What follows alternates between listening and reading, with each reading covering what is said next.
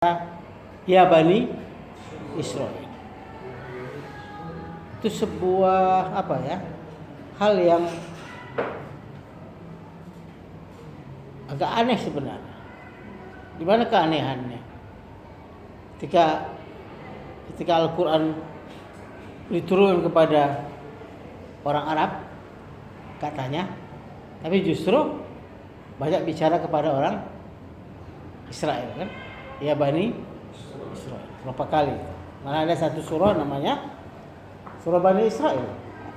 Kalau kita cari hubungannya apa, kita bingung. Tetapi kita bisa simpulkan bahwa kelebihan orang-orang Bani Israel ini adalah karena mereka punya akal, tapi dibimbing oleh wahyu. Apa? Itu kelebihannya.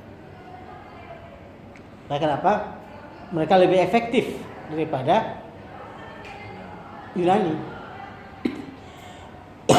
Kalau orang Yunani mereka hanya sanggup berpikir, tapi tidak ada bimbingan dari wahyu. Makanya pemikiran mereka tidak efektif dan tidak menghasilkan apa-apa. Dunia ilmu pengetahuan itu justru berutang budi kepada kombinasi antara penggunaan akal pikiran dan wahyu. Maka itu jawaban terhadap pertanyaan kenapa dunia sekarang ini didominasi oleh orang-orang Yahudi, Israel. Itu jawabannya. Nah, jadi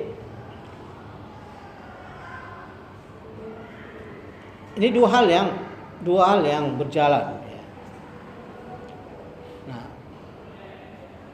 ketika kita bicara tentang potensi akal, maka kalian harus bisa melihat bahwa akal itu sangat potensial. Jadi menggunakan akal itu adalah suatu hal yang sangat penting.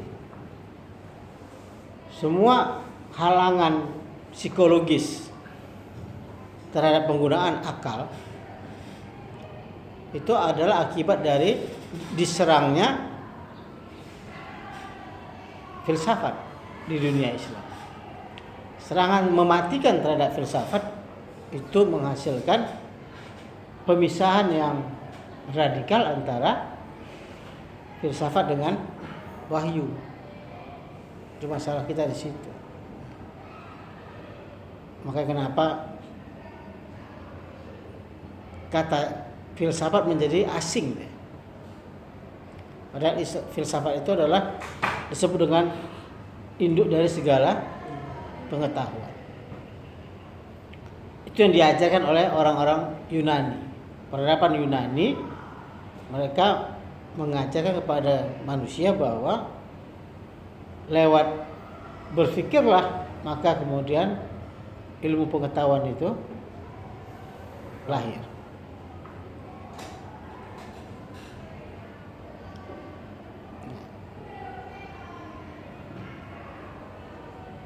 Ada yang mengumpamakan bahwa filsafat itu ibarat pasukan marinir, sedangkan ilmu itu adalah ibarat pasukan infanteri. Bisa bedakan apa itu?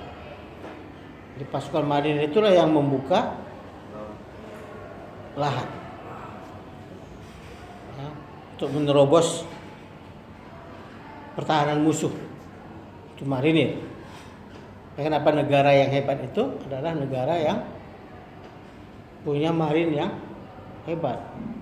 Karena dunia ini 2/3 adalah air. 4.